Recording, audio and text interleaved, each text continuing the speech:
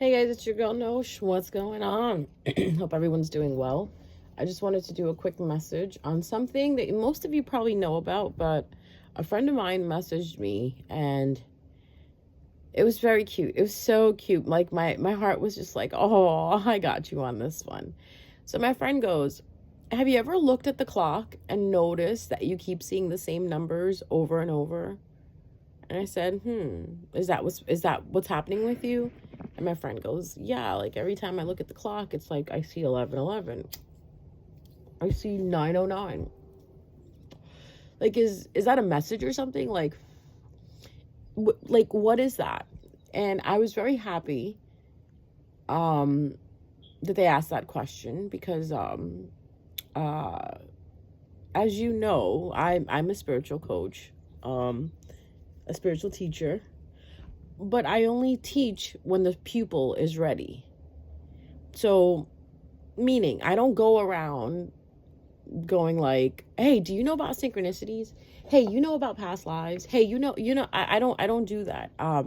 What I do is I wait for the pupil to ask the question because that's what teachers do. That's what a teacher, a guide, a spirit guide is supposed to do. A spiritual leader, a spiritual mentor, a spiritual pillar. That's what they're supposed to do. I hope you're aware of that. That when someone approaches them with a question, only then they answer it. They don't go around making it known you what they do. You know what I mean? That's just how I operate.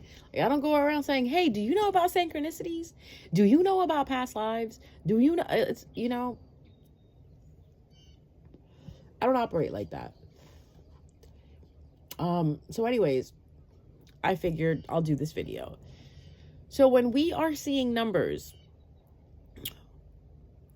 in a repetitive situation, like you're driving, you see 7-7, you look you when you start noticing numbers and their repetitiveness, that is the universe speaking to you.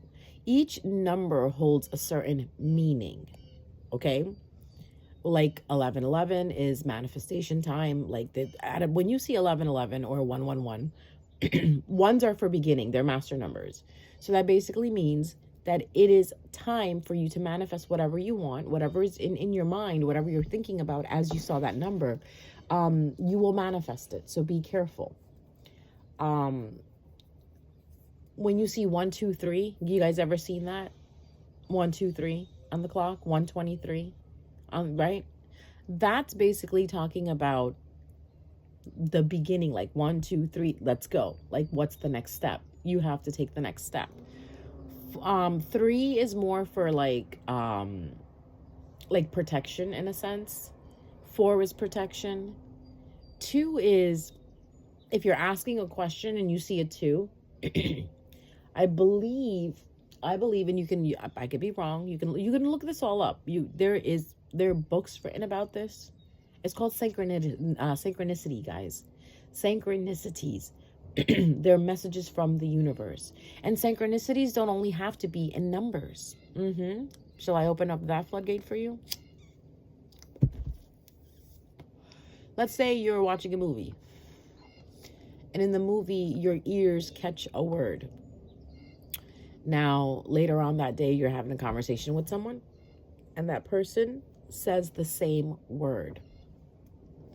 Now it's dinner time. You're sitting with your family. Someone in your family says that same word. There's a synchronicity attached to that word. You need to find out what that word means to you. Or write that word in your journal. Write it somewhere. Or maybe you wake up and you hear something. Because let's start from the beginning. You had a dream. You wake up. And in the dream you saw something. Right? And now you're watching a movie and you see the same thing. You go to the corner store later, or you go to the grocery store, you see the same thing. That's synchronicity. Synchronicities hold a message for you. So now you're going to be like, well, what's the message? I don't know what the message is. It's between you and the universe. All of us have private messages that come from the universe. It's like, pretend you're in a chat. You're in a group chat. And the universe is the one who started the group chat, right? You will not see the other people in the group chat, but you'll only see the universe's name and the universe's, like, message to you. That's how it works. So pretend we're all in a group chat, but we're all blocked from each other. The only messages we can see is what the universe sends us. So that's why they're so private for all of us. Why? Because our journeys are private. Our journeys are individualistically named to each and every one of us. Yeah, the universe works hard. Think about it. All these people, mass people, and the universe has to send messages to everyone. But that's what the universe does. That's why the universe is so beautiful. It's so amazing. It's AKA the creator speaking to you. So however you receive the message, that's how the universe is going to speak to you. Say you're an individual that hears the message, you'll hear it. Say you're an individual that sees the message, you'll see it. Say you're the type of person who receives it through conversations from other individuals. The universe will place itself inside of an individual just so it can give you that message. For example, say you had a question in your head for the universe.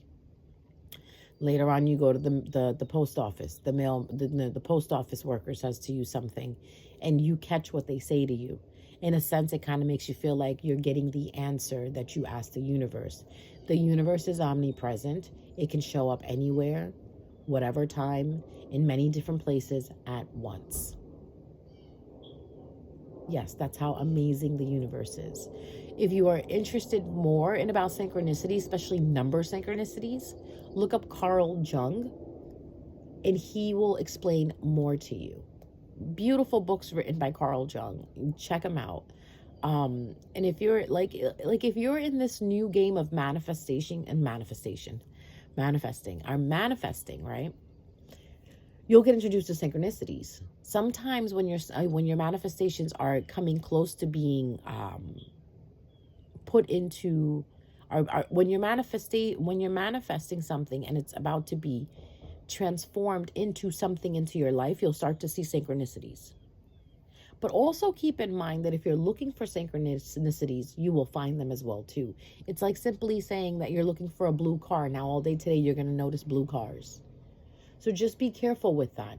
You have to kind of not look for it, and you kind of have to just kind of put it out in the wind. You know what I mean? This is a game where you can't be obsessed. You notice that when you're obsessed with something, you don't receive it. It's like it gets pulled farther and farther away from you. The whole point of this is to be detached. The more detached you are, the more the universe will speak to you. The more the universe will give you a message. The more the universe will try to help you. But if you are obsessed with outcomes, obsessed with people, obsessed with situations, obsessed with money, obsessed with clothes, obsessed with this, obsessed with that, you're going to have a hard time, because that obsession is going to become the blockage.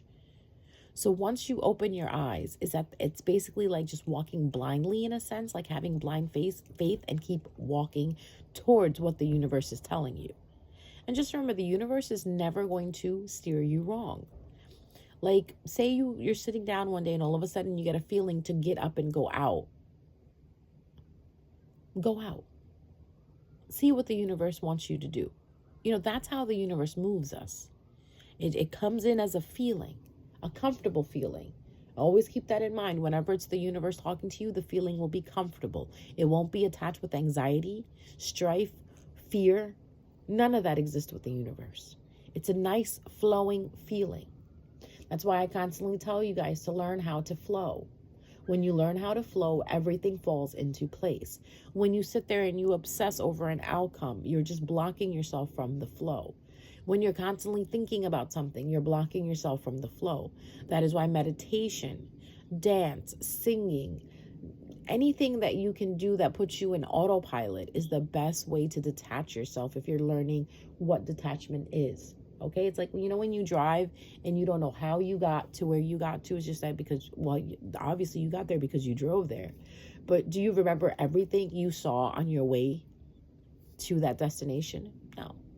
Not really. Sometimes half of you don't even realize that the marks that you pass, the landmarks you pass, the streets that you pass. We pass streets and landmarks and lights all day long, right? But can we actually tell what street it was?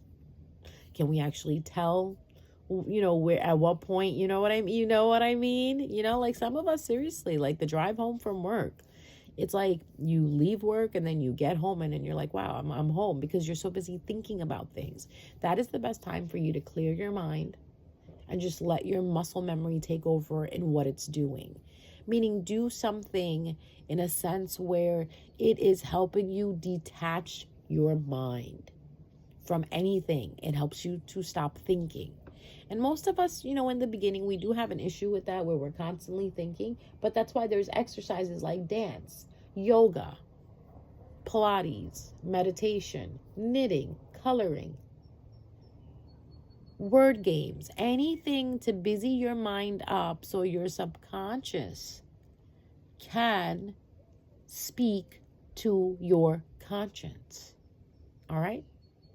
Well, that's the message for today. I hope you guys enjoy it. And if you have any more questions, or if you would like for me to speak about another topic, please leave it in the comments at the bottom, and I will try to answer as many as I can. Mwah. Love you guys. Enjoy.